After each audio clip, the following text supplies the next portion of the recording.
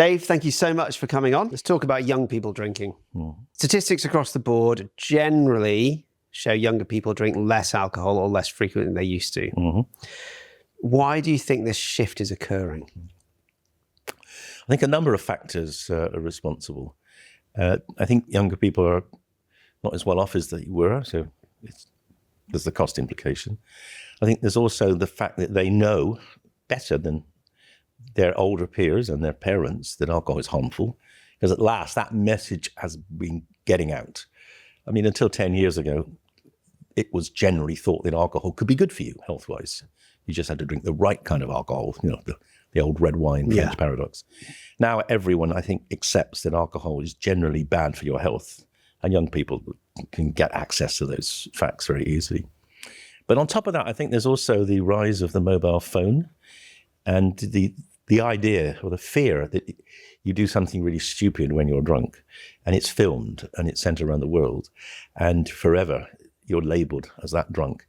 That I think is actually quite scary to many young people. And I think most of us at my age are really grateful that we didn't have phones on cameras when we were behaving outrageously when we were drunk, because it could seriously have changed our careers. So you really think that fear of humiliation is a reason for people to drink less alcohol? I think they don't want to be drunk. I think the drunkenness is a problem. It's also unfashionable as well. And I think there are other factors as well. They're using other drugs, some of them.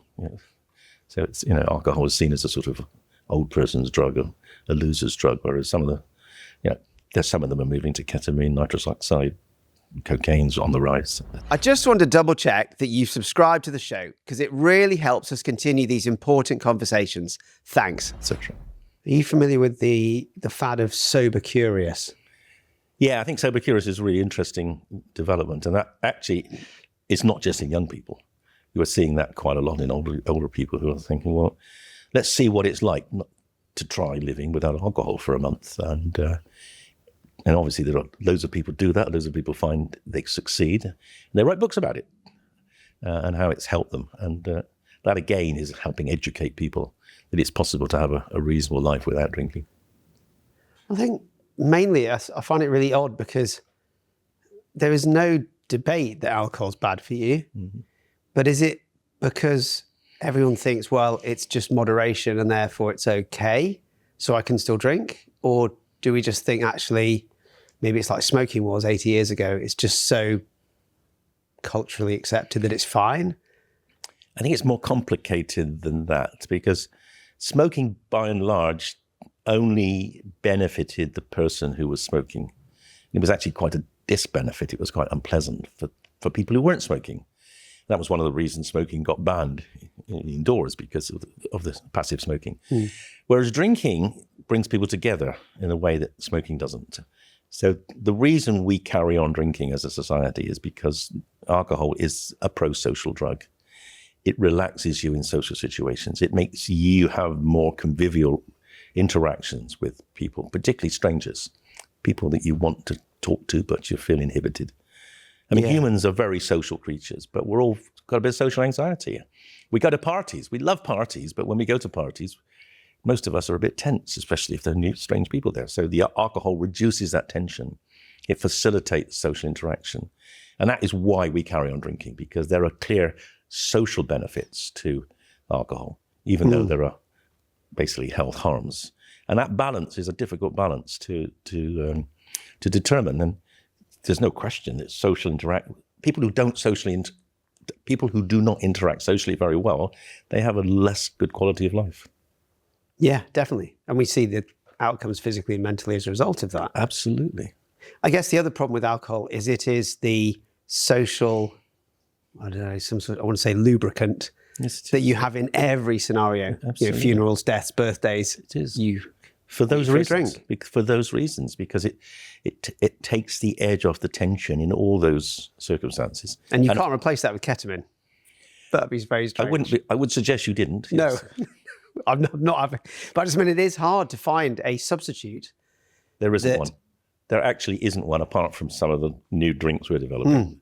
That's because the ability of alcohol to promote sociability is very targeted on a particular chemical system in the brain called the GABA system, and that's hard to replicate.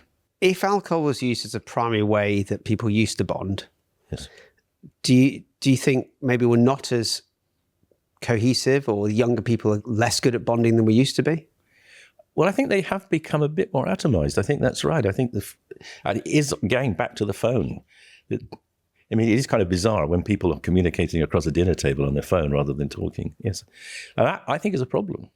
That's why I don't think it's reasonable to try to get rid of alcohol. I think if we could replace it, that would be best.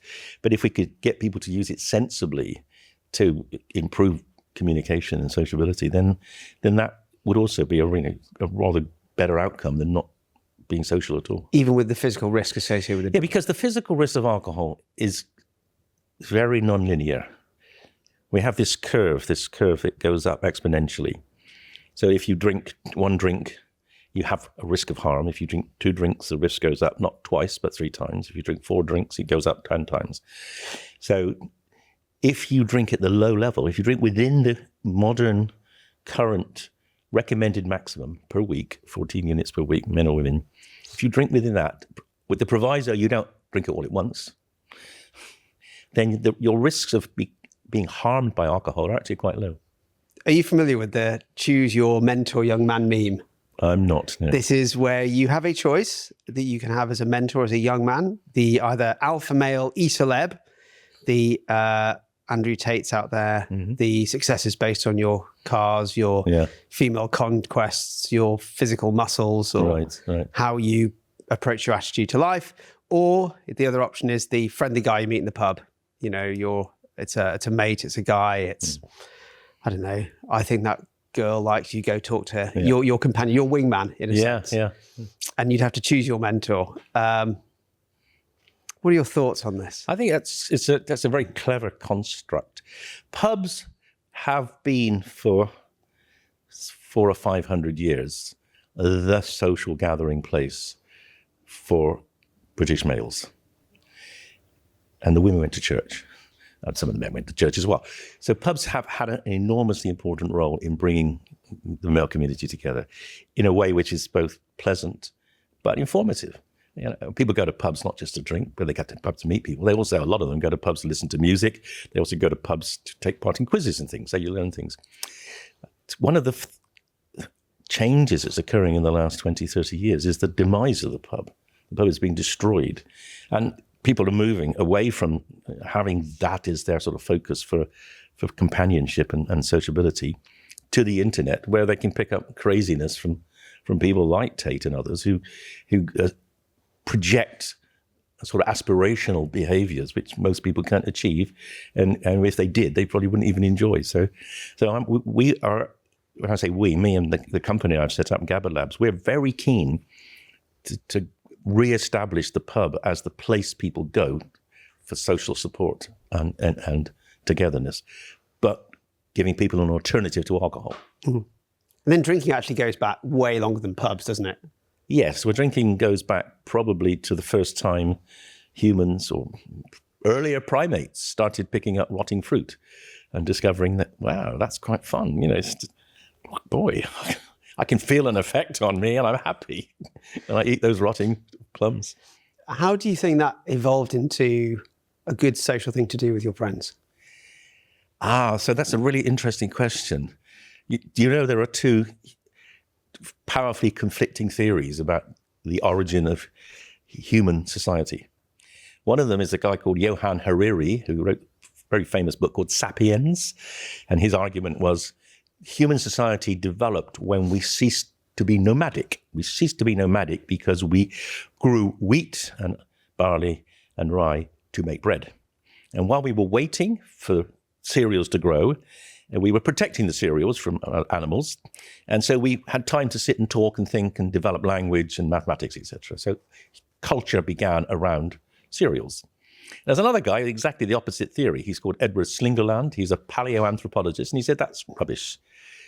We grew wheat and barley to make beer. And we grew grapes to make wine. And it was alcohol was the target for civilization.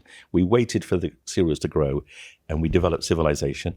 And then we made the drinks And then we celebrated.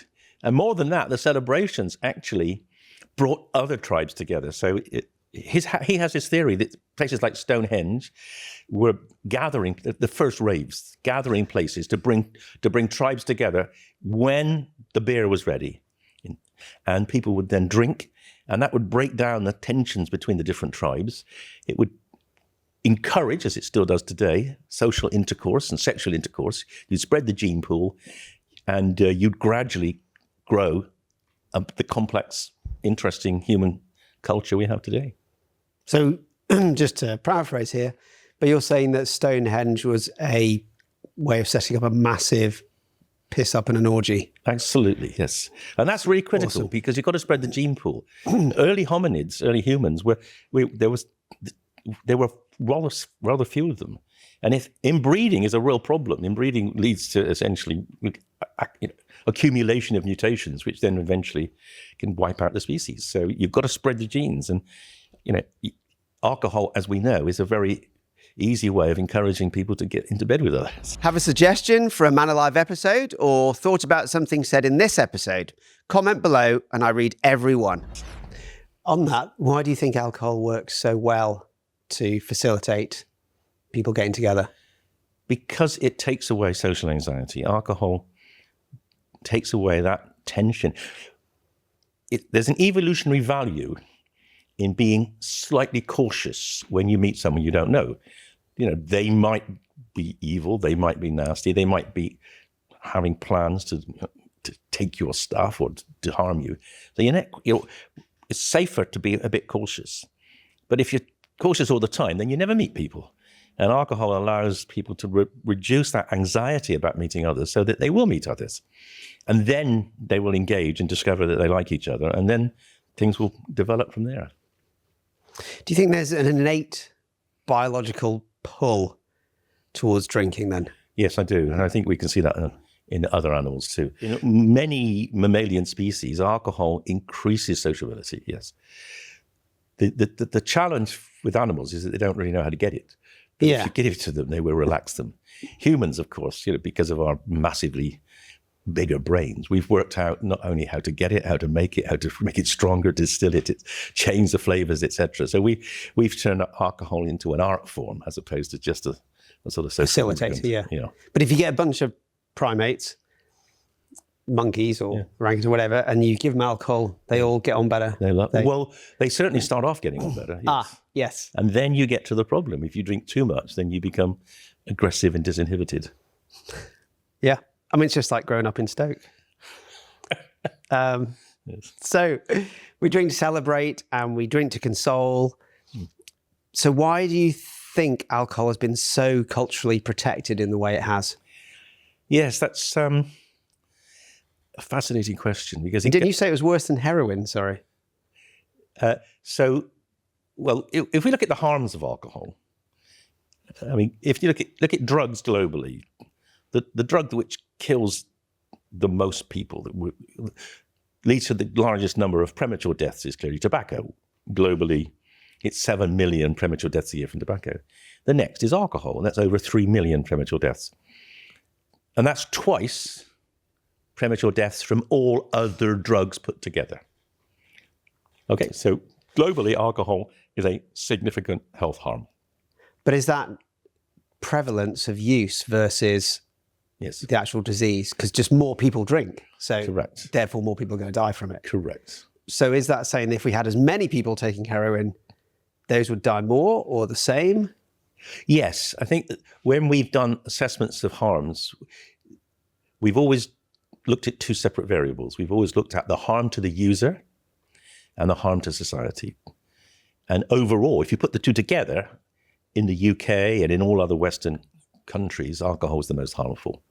But in the harm to the user, powerful opiates like heroin, fentanyl, powerful stimulants like crack cocaine, crystal meth, they're more harmful to the user. Yeah. But they're thankfully used a lot less than alcohol. So I guess this is all about individual risk versus societal risk.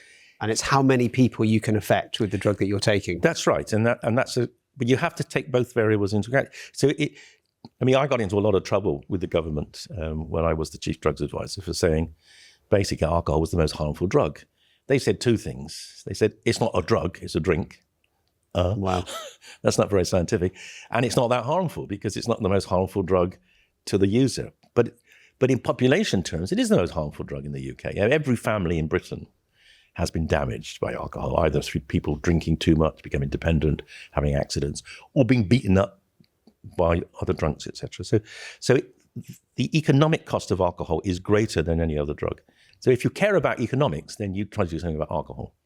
If you care about the harms of any individual drug, you'd perhaps focus on drugs like fentanyl, which are more likely to kill each person, but are not very widely used. I know this was a few years ago that this incident occurred with... 2009. Yeah. October the 29th. Why do I remember that? That's oddly specific that you would remember that. I guess, do you think they were trying to prove a point from an election perspective? Or it was rather close to an election, you're right. I just, hypothetically. Or do you think that they just didn't understand the wider implications that drugs or any drug can have on a population? Well, I think it was what you might call active avoidance of the facts because an election was coming up. And also the drinks industry is enormously powerful. The drinks industry is probably second only to the defense industry in its capacity to lobby and its ability to move money into parliamentarians indirectly, so it's not obvious they're lobbying. Before I was a GP, I used to specialise in A&E and did a lot of work in Coventry there.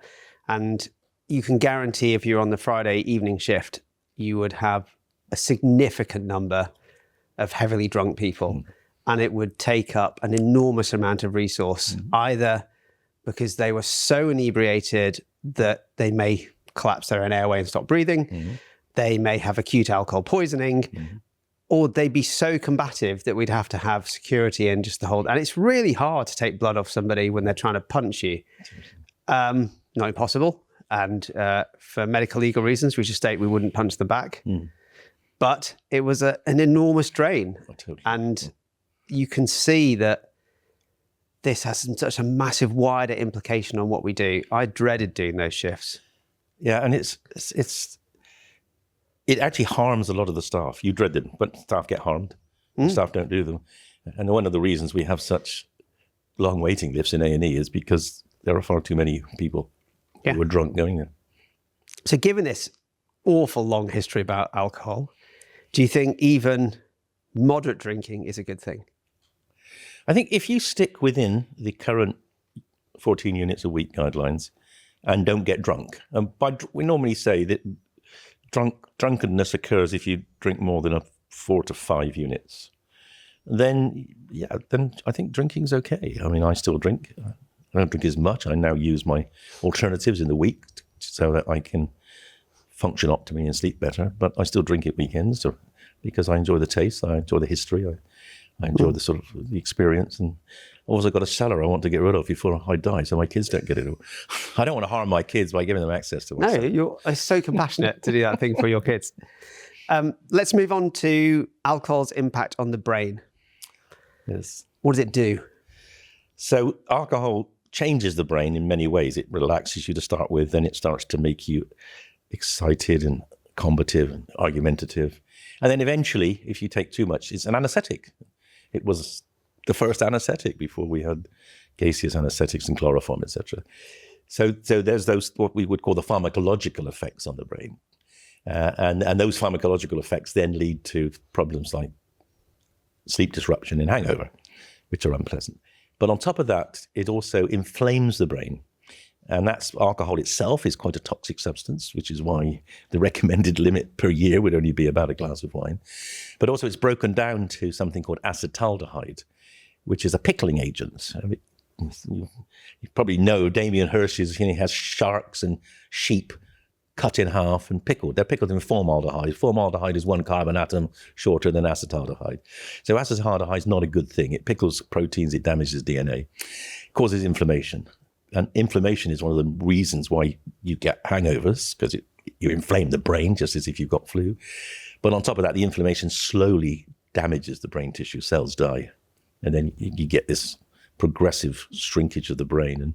And eventually, alcohol is clearly one of the factors which leads to impaired memory and function as you get older.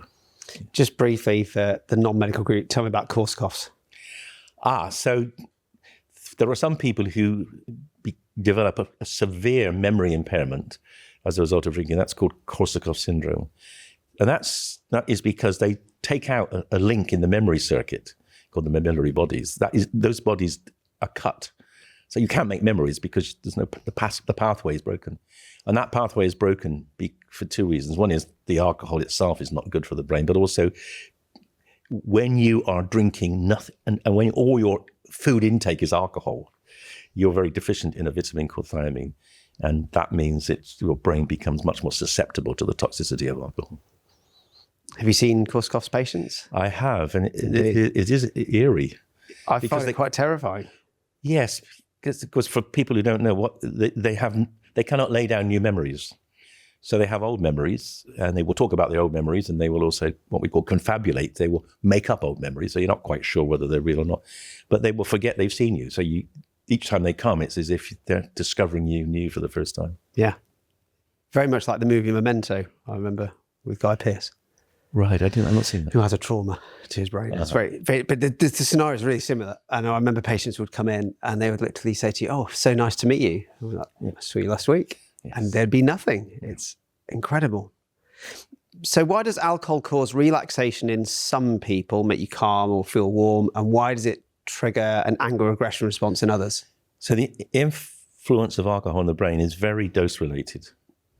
The first drink is GABA. GABA is the brain's relaxing neurotransmitter. It dampens down anxiety. The second drink's GABA. The third drink, you begin to turn on dopamine. Now, dopamine is the get up and go transmitter. And that's when people start to get loud and overconfident and, start thinking that they're cleverer than others and start having arguments with others. That competitiveness comes from increased dopamine. And you see that obviously much more when people are taking drugs like cocaine, which can make people extremely aggressive. And then once the dopamine system is really turned on, two things happen. People do become very loud and aggressive, but also that also underpins a desire to take more because dopamine is a moreish transmitter. And you like it. You like to have it being released, so I'll have another drink to get more of it. Yeah, and it keeps going until you hit the anesthetic phase. That's right. And then you have blackouts and you don't remember what you've done. And that's because you've blocked the main transmitter in the brain, which lays down memories, called glutamate. And alcohol blocks glutamate. And when you block glutamate, the brain is teetering on the brink of dying because your brain is going to sleep. And if you block all the glutamate receptors, you will die because you need them to get you breathing. So your brain then realizes things are going awry, and it starts to try to upregulate the glutamate system to say you don't die. And thankfully, in most cases, you don't die. But that upregulated glutamate system makes the brain very excitable. And the upregulation lasts longer than the alcohol. So you go to bed overnight, and the alcohol levels fall quite quickly. The glutamate function stays up. And you wake up at 4 a.m, lights, sounds are booming, lights are flashing, you've got a terrible headache because your brain's too excitable. And in some people, of course, have seizures as well. Is this why most people who have a drink have difficulty sleeping? Yes. Yeah.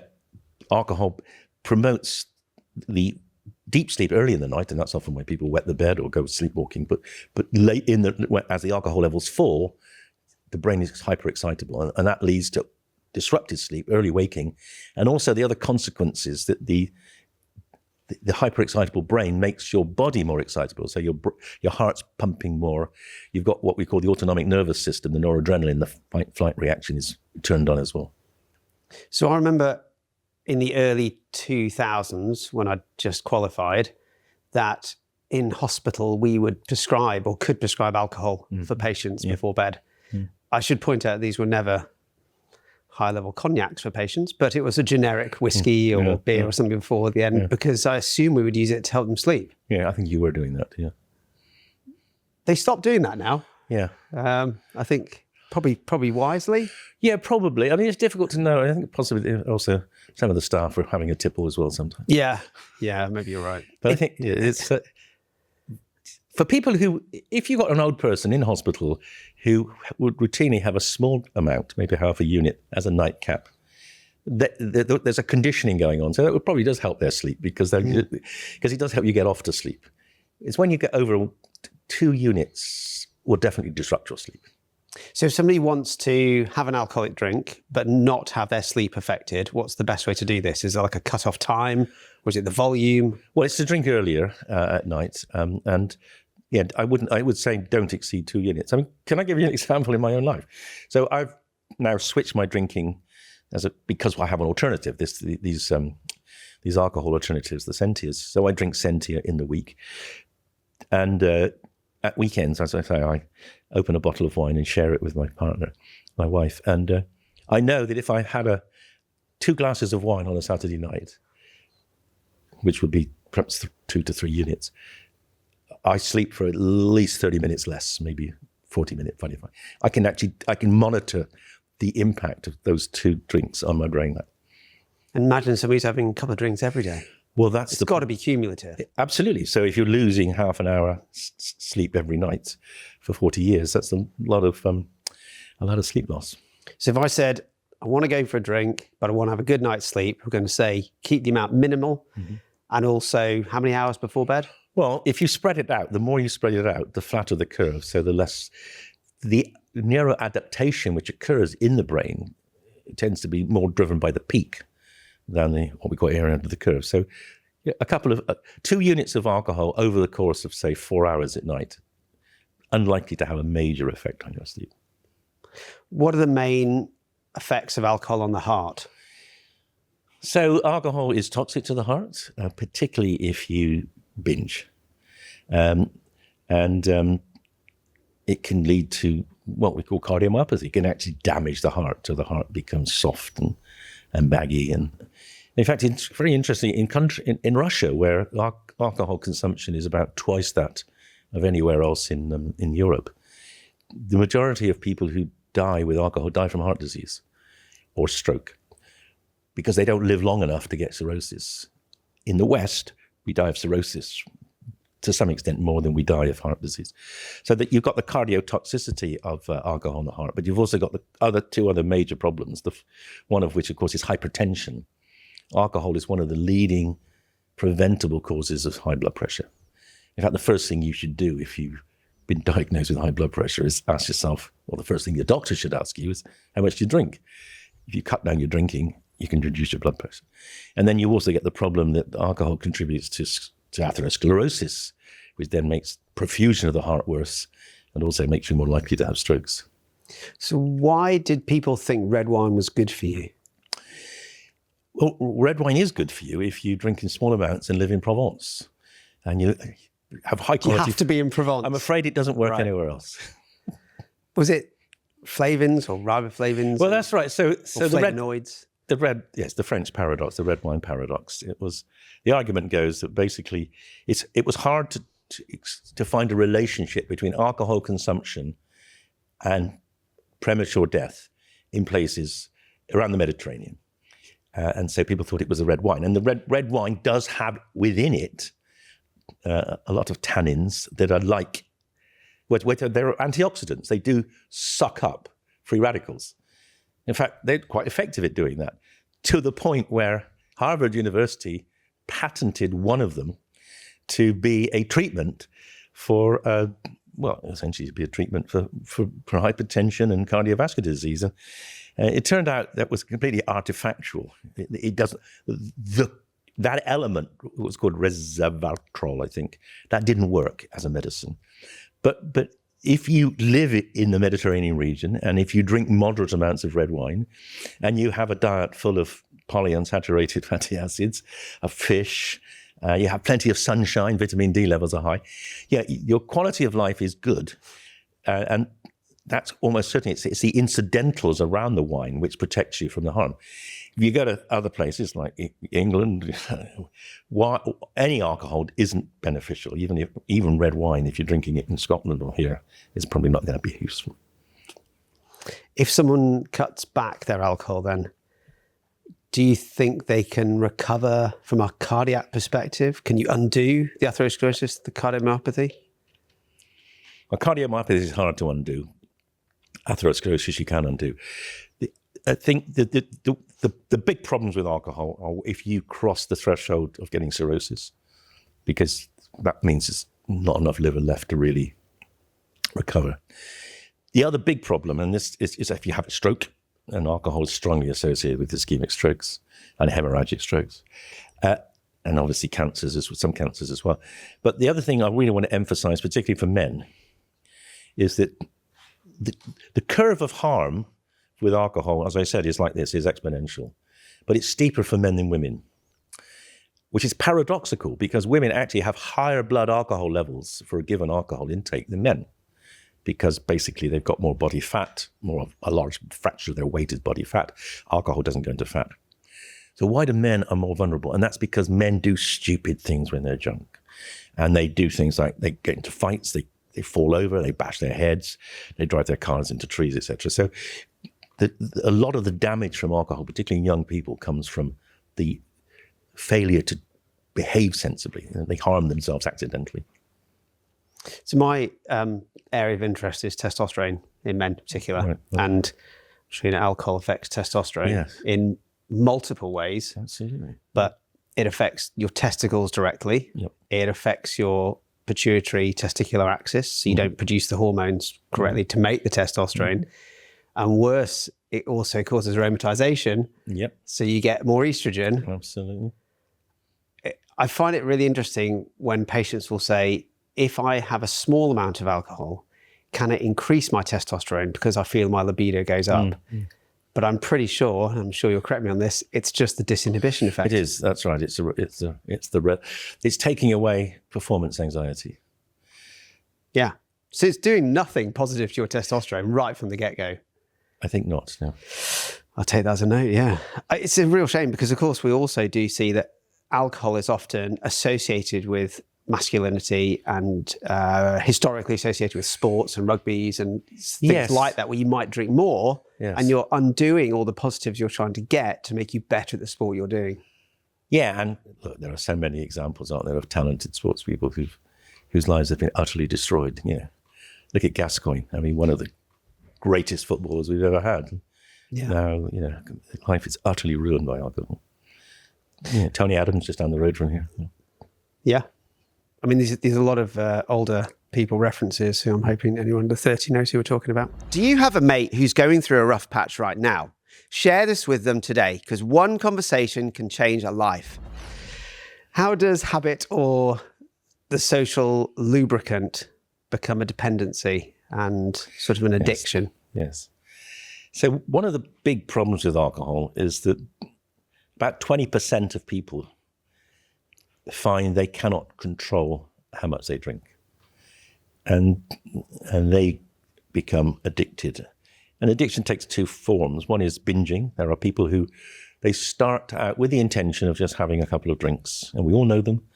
And after the second drink, something switches in their brain, and we actually know what that is. It's almost certainly the endorphin system and the dopamine system. The brain switches, so their intention of control is lost, and they just go for it. It's the moorishness. I need more. A bit like cocaine. And then there are another group who are using alcohol for different reasons. They're not using it to get high, but they're using it to deaden pain and misery and stress.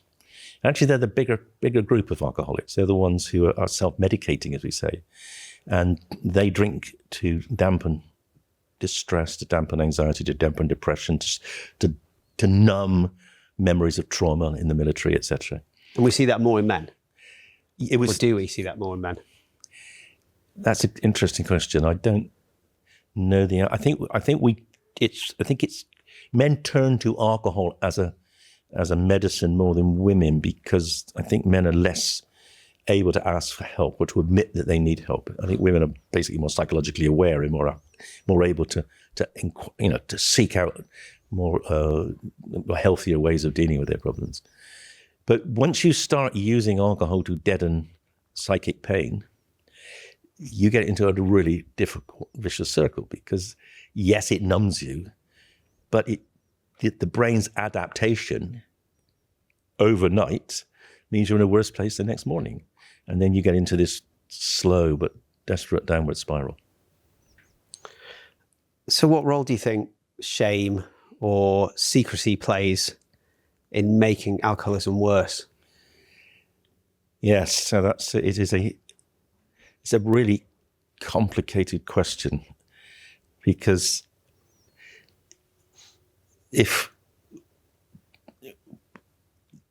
only 20% of people are very vulnerable to alcohol addiction, they're a minority. So the majority of people don't understand that alcohol is an illness.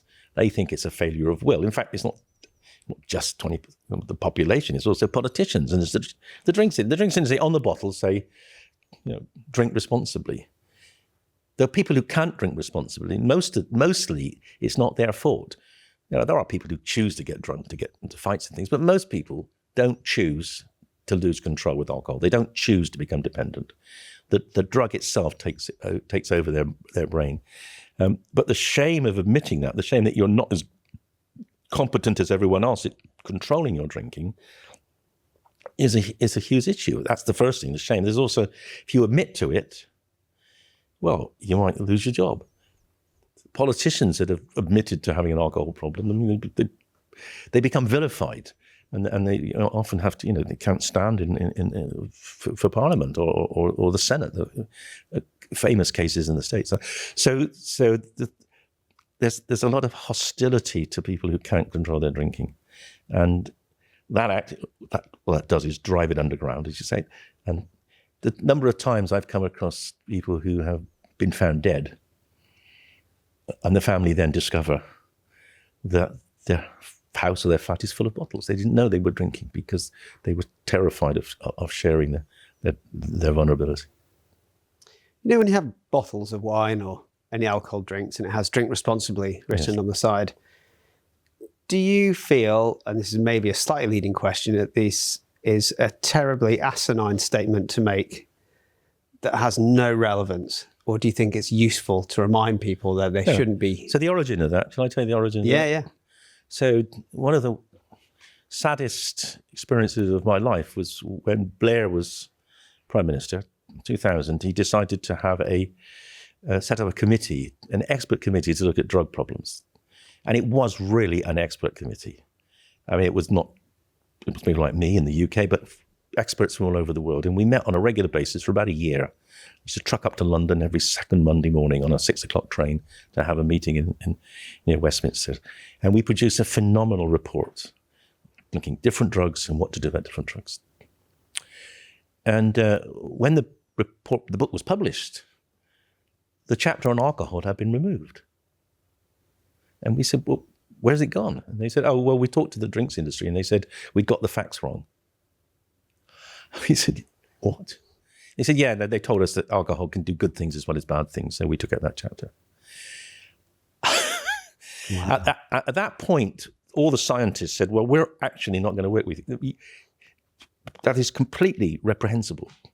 And we want to be the people that tell you what the right policy for alcohol should be.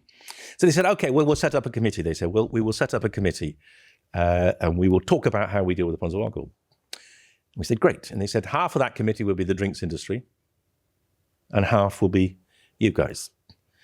And so we started playing along with it for a bit. And we said, okay, well, this is what you should do to reduce the harms of alcohol. You start here, change the pricing, change the advertising, blah, blah, blah, blah. And at the very bottom, warnings on bottles. And the industry said, no, that's all exactly the other way around. We're going to put warnings on bottles is the first thing. And then we walked away. And so basically the industry decides what the government communicates. And that's what they just drink responsibly. Do you think having a sticker on that says drink responsibly has ever positively impacted on someone's drinking? No, but it's got the industry off the hook because they can say, oh, we're telling people. It's not our fault. If you drink irresponsibly, that's your fault. To which I say, well, that's ridiculous because you know perfectly well that 20% of drinkers cannot drink responsibly. You know that, but and what's worse though, by the way, that sticker isn't on everything. I mean, for instance, we still haven't got that on wine bottles and we still haven't got units on many wine bottles either, because they say it's too difficult. So wait, I don't have to drink responsibly if it's wine? You can't, well, you don't have to, they don't have to tell you to drink responsibly. Oh, yeah, okay. I mean, to me, it feels very much like when you have hot drinks from a very large, renowned, quick, what's it called? Oh, it's just McDonald's. Yes. And basically, and it says contents is hot. Yes, and you feel like saying, how low have I hit a point in my life where I didn't realize it could be hot when I ordered a hot drink? And I understand, I know the reason behind that, but you feel it's all terribly disingenuous and misses the point. It is, but it's they can argue they're doing something. And it just emphasizes the industry. Look, the industry is a very rich industry. It's one of the most profitable industries. In the cost of goods in alcohol is so cheap comparison with the profit they make. It is a kind of license to print money to make booze, so they've become very good at protecting the narrative, and that actually interestingly happened particularly after the First World War, when the American Prohibition came in.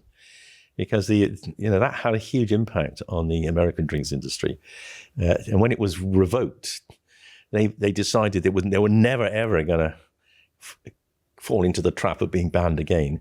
So they did two things. Firstly, they changed the narrative about alcohol, which before everyone knew it was toxic, afterwards knows it's healthy, and they also focused attention on other drugs. So that's why cannabis was made illegal. It wasn't illegal before then. If cannabis was made illegal, because that's the bad drug. Alcohol's the good drug. Do you think they generally had that kind of influence? Totally, no question, absolutely okay. And we see it today in American states, which are where they're in America. States can ballot whether to have recreational cannabis. I think about 15 of them are already balloted positively, maybe more. When those ballots are happening, the anti-cannabis lobby is being funded by the drinks industry because they see it as competition. Wow. Could you argue that the drinks industry then is similar in influence to maybe food companies that make simple foods like sugars or fast foods or confectionaries, that sort of thing? Do they have that kind of power in the same way? And they have more power, I think, because most politicians don't eat junk food. But most politicians drink. We did a survey back in the mid-90s because we were interested in trying to change government's policy on alcohol. We did a survey amongst politicians, and I won't tell you the full stories. But one interesting fact came out of this. I think about 100 of the 400 MPs filled out the forms. The most popular club in Parliament is the beer club. So what you get if you sign up to the beer club? What you get is 2 cases of high quality beer at Christmas. 100 quid worth of beer. That's enough for those politicians never to vote to change alcohol policy. That must be some pretty good beer. If someone is, just to bring this back to something practically that people can do, then I guess, if you've got a guy and they're using alcohol to cope, or maybe it's causing a negative emotion or an experience and they're worried about how to handle this, what's a good alternative? How could they start to break this problem? Well, first admit it.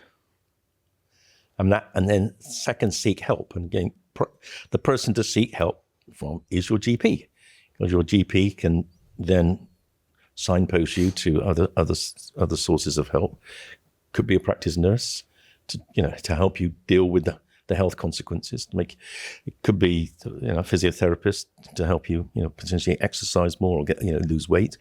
It could be something like AA. It could be medication to stop you drinking if you're struggling there. It could be other medication to help you deal with whatever stress, if you're using it deal with stress, etc.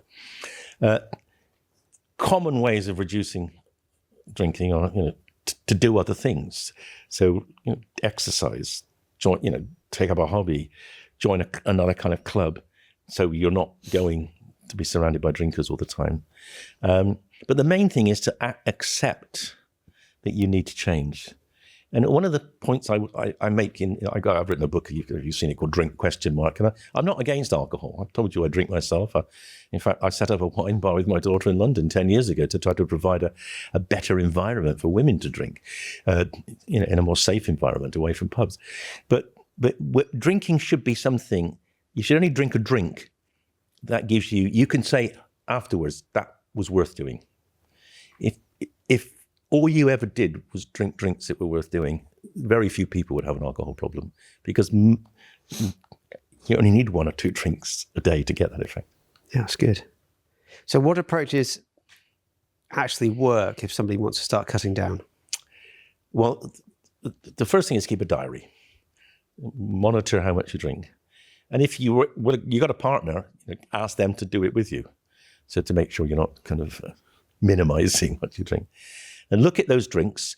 The second thing to do is always have 2 or ideally 3 days a week when you don't drink at all. And then reflect on how you are the day after that. Those days, the days after the days you've not drunk, you will probably find that you're functioning a bit better. You've slept a bit better. You're a bit more active. You're feeling more able. If you have cravings, then certainly think about those. You can deal with cravings by, once you start to crave, you can exercise. Try not to eat as a substitute, but a lot of people do switch to food. Or if you're going to do that, then obviously don't eat high calorie food. If you start in withdrawal, then you probably do need to talk to the doctor about how you can tail things down. One thing we've noticed, interestingly, is that a lot of the sober curious people now they're cutting down slowly, and they're using a technique called zebra striping. Have you heard of this? No. So zebra striping is a technique where you go out with your mates and you have to drink, but then the second drink you drink a non-alcoholic drink or an alcohol-free drink or and then that's the white, and then the next one you drink. So basically over a night you're half as much alcohol as you were normally having. And that's actually and there are doctors who are recommending that to heavy drinkers as a way of beginning to get them on the path to cut down. Are there groups of drinkers that you would say don't suddenly stop, don't go? If you're drinking more than equivalent of 7 or 8 units a day, cold turkey you could get withdrawal and you could have seizures. Seizures are easy to see because you can see it. If you're somebody doesn't know about withdrawal, what are the early signs that you might see? Well, the signs are that you wake up sweating and shaking, your heart pounding, and you're craving alcohol. And the problem with that is that you don't want to be drinking first thing when you wake up. If you ever are tempted to drink to deal with withdrawal, then you have a problem. Particularly if you do drink, then so actively try to avoid that. So try to cut down the night before so you're not going to have that terrible craving the next day. What's a realistic step then for people who maybe have formed a drinking habit? The zebra technique, should they just cut days out? How would I know where to start? Yeah, I think it's whatever you think is going to be easiest. You've got to start somewhere. I think if you are socializing every night with people who drink, then zebraing makes sense, because you can actually be quite clever that if you're buying a round, you can buy a drink that looks like a drink, but isn't got alcohol in it. So you don't even have to admit to the fact that you're trying to reduce, if that would be embarrassing. But also be honest with your friends as well. If you're drinking too much, they're almost certainly drinking too much. Then, maybe all come to an agreement that it would be better if you all drank a bit less. I think there's still a bit of a cultural stigma, certainly in older people, men in particular still, who have that kind of, just have a drink, it's fine. Yeah. And then you show them the data and you give them a copy of my book. Yeah, I'll just take that to the pub and start handing it out. Remember, and this is, the statistics are absolutely clear. If you stay within the 14 units a week, you won't get cirrhosis. You slightly increase your risk of cancer. You slightly increase your risk of hypertension, and you almost certainly won't be dependent. If you double that, then the risk goes up by 3 to 4-fold. And if you double that again, it goes up to 10-fold. So if you're drinking the equivalent of 5 to 10 units a night, which many people are, you're taking 10 years off your life. That's actually quite a lot. I mean, if people don't know that, they should know it. I mean, if they then choose to ignore it, then that's their choice. But So a healthy relationship with alcohol then yes, is keeping to less than 14 units a week, correct, not doing it all in one go, correct, and having a couple of days off in between. correct. And I like your point of, if you're going to have a drink, you want to get something out of it. There's a positive reason for doing it. Look back and say, did I need that drink? I mean, drinking drinks you don't need has enormous health benefits. It also saves you money. I mean, it's kind of a no-brainer, isn't it, really? Definitely. So you hopeful about the future of alcohol culture? Yeah, I'm very much hopeful, because now we have alternatives. I mean, what we've seen in the last 20 years is the rise of the alcohol-free, and now we're seeing the rise of the functional. Alcohol-free is basically just something to hold in your hand. You know, it's just basically expensive lemonade. The functional drinks, like ours and others, give people the relaxation that they want. And we believe that they should be, through some kind of legislation, made available anywhere where people have got access to alcohol, because a lot of people don't want to drink alcohol, but they want to be in a pub. So make sure they've got an alternative.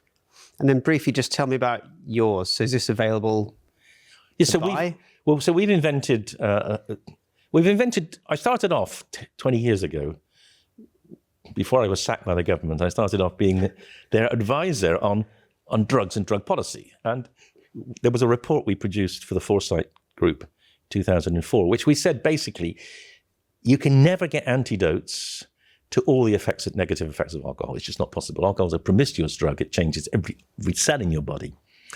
Okay, so what's the way to deal with the alcohol problem? Well, somebody came to us in a brainstorming session. Let's replace it. Let's replace the good bits and not the bad bits. So I've been developing molecules that can do that, but could not get funding. Even though this has got to be one of the great health challenges in the world, no one would fund it. We don't need to replace alcohol. So about 5 years ago, we changed tack. We thought, okay, well, if we can't get funding to replace alcohol, let's put something out there that functions like alcohol. So we went into the literature, Ayurvedic medicine, Chinese medicine, some ancient English medicine, found herbs which have been used for centuries to relax people, put them into a drink, which we call Sentia, which mimics the effect of alcohol. It mimics 1 unit of alcohol. You get a relaxing effect, and people love it. You know, it doesn't affect your sleep. It might even improve your sleep. It allows you to socialize without the negative consequences of alcohol. So if I was keen on trying Sentia, how would I do this? Yeah, you just go on to Sentia Spirits website, and then you can see we've got the 3 drinks which are like they're like vermouths. You can drink them neat, or you can use them as a substrate with mixers.